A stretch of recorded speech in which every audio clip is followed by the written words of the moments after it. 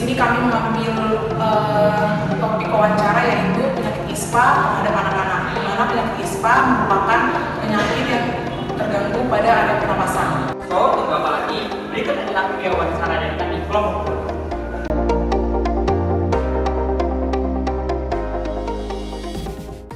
Baik Kak, selamat sore dari kami dari Universitas Kristen Indonesia, Fakultas Fisikol dari jurusan Ilmu Komunikasi. Di sini kami ingin melakukan wawancara karena ada UTS dari mata kuliah komunikasi antar pribadi. Nah, sebelum kami lanjut ke wawancara yang akan kita lakukan, sebaiknya kami perkenalkan diri dulu. Perkenalkan, nama saya Yosefin Simanjuntak. Perkenalkan, nama saya Brema Gian Patarian. Saya Catherine Menggolan. Saya Marisa Kaudi. Ya. Dan selanjutnya kakak boleh memperkenalkan diri juga. Oke, perkenalkan nama saya Maria. Saya bertugas di Rumah Sakit UGI di bidang keperawatan. Selamat datang buat adik-adik. Silahkan kalian ingin bertanya tentang apa? Baik Kak, terima kasih. Sebelumnya kami ingin bertanya Kak, di sini kami mengambil topik yaitu tentang ISPA. Nah, sekarang kan Kak polisi di Jakarta itu lagi nggak baik. Polusi kali. Ya, polisi. Nah, menurut kakak ISPA itu sebenarnya penyakit yang bagaimana gitu? Kalau ISPA pada anak atau dewasa? Dua-duanya boleh. Oke. Kalau ISPA itu infeksi saluran pernapasan atas. Jadi itu awalnya itu adalah infeksinya mulai dari atas, dari hidung. Dia akan merasa pilek dulu, nanti makin hari lama-lama dia bisa efeknya yang beratnya itu adalah ke paru-parunya. Yang kita harus cegah itu ISPA itu terjadi pada anak-anak, terlebih pada bayi. Baik Kak, kita langsung aja ke pertanyaan selanjutnya. Baik Kak, pertanyaan selanjutnya itu saya sudah melihat beberapa jurnal ya Kak, yang mengatakan bahwa ISPA merupakan suatu penyakit yang menular. Apakah itu benar? Ya, ISPA itu menular. Contoh kasusnya gini, aku pilek, terus aku ngomong, terus bersin sambil ngomong gitu kan, kita bersin. Aku kan bawa virusnya. Kita lagi makan nih bersama, kita lagi makan, aku bersin, kena ke minuman kamu kah, atau ke makanan kamu, atau ke tangan kamu.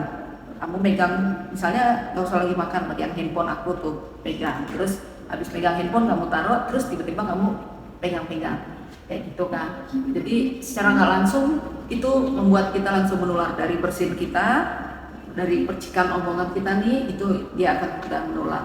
Terus dari apa semua yang kita pegang, aku kan bersin begini, terus kalian begini-gini, terus megang-megang, itu cepat penularan.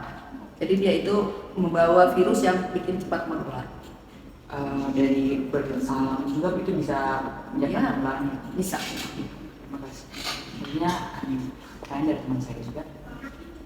Sini saya akan bertanya, apa yang perlu diketahui tentang gejala dan tanda-tanda infeksi saluran pernapasan pada anak-anak, terutama dalam penanganan dan pengetahuan? Kalau gejala ISPA itu yang paling pertama awal kelihatan itu anaknya itu pilek. Pertama pilek, habis pilek dia demam. Nanti demam dia ada batuk-batuk, bukan turun tuh dari sini, cuman pilek aja, terus demam, terus udah mulai turun ke paru-paru, dia batuk-batuk. Lalu apalagi tadi? Untuk penanganan dan pengetahuannya? Penanganannya. Kalau anak kita pilek, ya otomatis jaga tuh ya. Ini ventilasi di rumah juga harus. Jakarta tuh kan rumah kita tuh sedikit ventilasinya tuh ya. Jadi kita mesti kasih ventilasi. Kalaupun kita punya AC atau kipas, sering-sering dicuci, dibersihkan. Terus apalagi tadi penanganan pada pemantauan. Kalau pemantauan ya kita observasi anak kita nih. Kalau anak-anak, kalau dia mulai dari pilek udah 3 hari tidak sembuh, kita bawa ke dokter. Nanti sama dokter pasti akan dilihat, dilakukan pemeriksaan. Kalau memang dia butuh obat untuk menangani demamnya, kita obatin demam. Terus kalau untuk cairan, misalnya dia karena demam atau batuknya minumnya kurang, pasti dokter udah misalnya suruh rawat, infus untuk ngejar cairannya. Karena kalau cairan atau minumannya itu kurang, yang masuk kurang, dia akan demam tinggi. Nah, kalau demam tinggi dia kencang. Baik, terima kasih. Pertanyaan selanjutnya akan lanjutkan oleh teman saya. Saya mau bertanya, langkah apa sih yang harus kita ambil dalam menjaga ISPA ini? Langkah-langkahnya rajin cuci tangan. Ya, itu yang pertama. Terus kalau kita merasa sakit, pakai masker. Terus kalau kita pergi nih ke lingkungan rumah sakit atau lingkungan teman-teman kita lihat dia sakit, anjurkan dia pakai masker. Kalau dia nggak mau pakai masker, ya kita aja yang pakai masker sama rajin cuci tangan. Itu aja. Kalau resiko paling bahaya dari ISPA ini apa? Kalau risiko paling bahaya dari ISPA itu pada anak-anak apalagi ya. Kalau dia tadi nggak terobati, dia dari cuman ikusan aja, demam, terus ke paru-paru, itu kan akan infeksi tinggi, mati, dia bisa bikin meningitis, infeksinya naik ke otak. Kalau dia udah meningitis, proses penyembuhan lah dia, itu ada gejala sisa. Gejala sisanya ya tuh anak jadi nggak normal. Kan dia pasti infeksi ke otak, nanti dia akan kejang. Gejala sisanya yaitu dia tidak normal lagi, banyak efek dari meningitis itu, sisanya itu banyak. Ya maaf lah, jadi berkurang, nggak kayak anak normal itu. Saya ingin Kak, pertanyaan dari saya itu tahap kedua, bayi dan anak-anak kan Kak rentan banget kena penyakit ISPA. Ada nggak efek samping yang bakal dia dapatkan nanti ketika dia besar?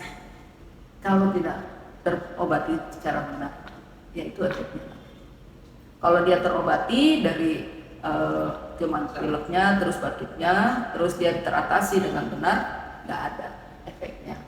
Tapi kalau ada tuh kasus tuh kemarin saya lihat di YouTube, ibu-ibu ini anaknya batuk biasa, dia main video-video biasa gitu ya. Nggak taunya dia nggak tahu kalau anaknya makin sesak, ternyata paru-parunya sudah banyak itunya, virusnya itu udah banyak. Makin sesak tuh anak masuk ke ini ICU, terjadilah dia meningitis. Dari meningitis itu, efek sisanya itu yang ada yang jadi kaku. Karena dia kan kejam-kejam, jadi kan kaku sebelah nggak normal. Itu yang ada gejala sisa di situ.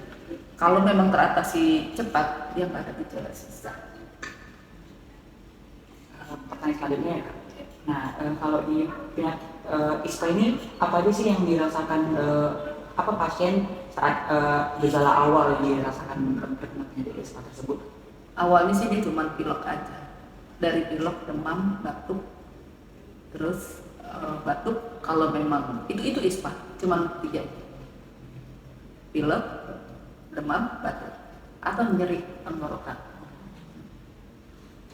Demamnya tinggi ya. Selanjutnya, apa jenis tes yang digunakan untuk mendiagnosis ISPA dan seberapa akurat? Kalau ISPA itu tes diagnosisnya nggak seperti orang TBC, ronsen gitu, enggak ya. Kita kan cuma pasiennya dia mengeluh pilek, terus demam, batuk, tenggorokan sakit. Pas diperiksa lah tenggorokannya nanti bisa dilihat, oh ini arahnya ke ISPA. Lalu dilakukan pemeriksaan darah.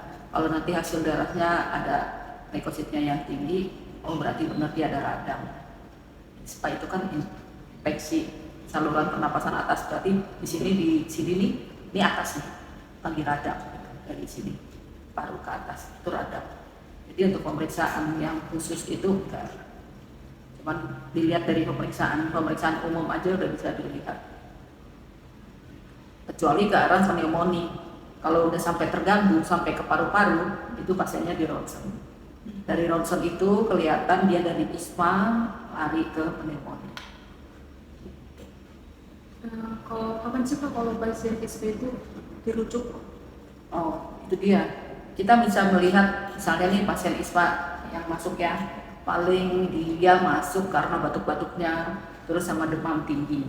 Kalau dia pernapasannya sudah mulai terganggu, itu harus kita rujuk ke ruang ICU dari pernapasannya.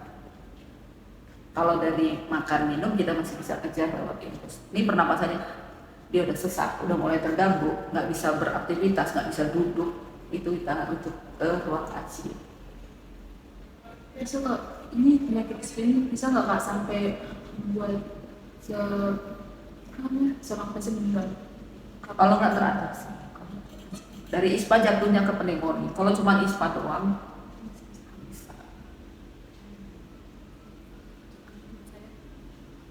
Tapi kak kemarin kan COVID ya, itu ada nggak dari awal ISPA dulu jadinya COVID gitu? Gejalanya COVID sama kayak ISPA ya. Kemarin ada pilek, Iya, radang, nyeri tenggorokan, demam, terus ada penghilang bau gitu kan. Itu kayak hampir sama karena itu juga virus ya kan? Baik kak, terima kasih kak karena udah menjawab pertanyaan kita berempat. Makasih juga untuk waktu kakak juga dari maupun gangguan kak. Nggak apa-apa, sama-sama menjelang pulang. Iya. Oke, Iya kak, terima kasih. terima kasih juga, selamat sore. Selamat sore kak.